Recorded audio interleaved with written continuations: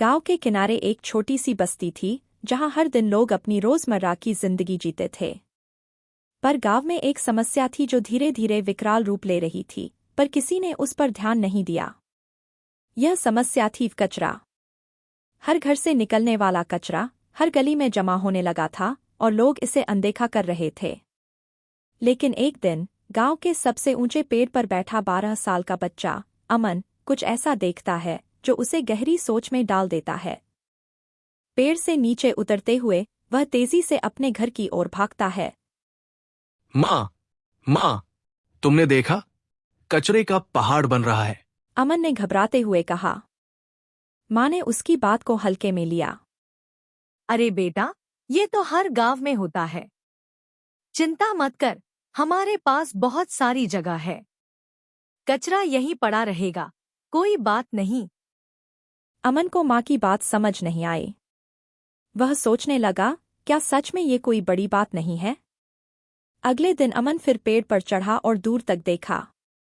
इस बार कचरे का ढेर पहले से भी बड़ा हो चुका था।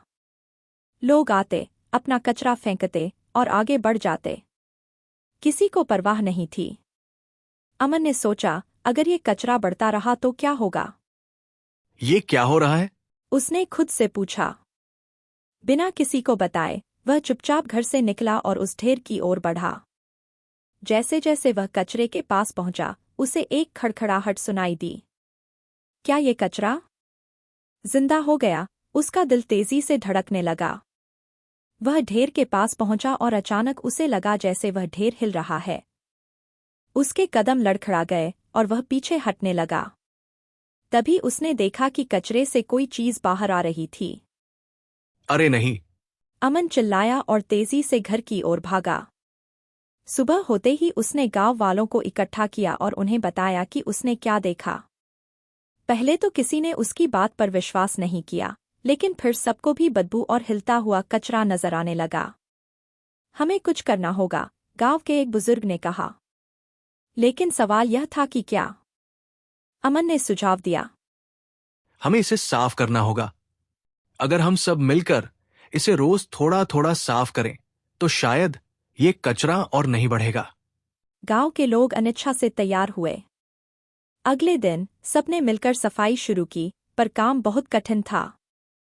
जितना कचरा वे साफ करते, उससे ज्यादा नया कचरा वहां आ जाता था। लोग हताश होने लगे। तभी अमन को एक विचार आया।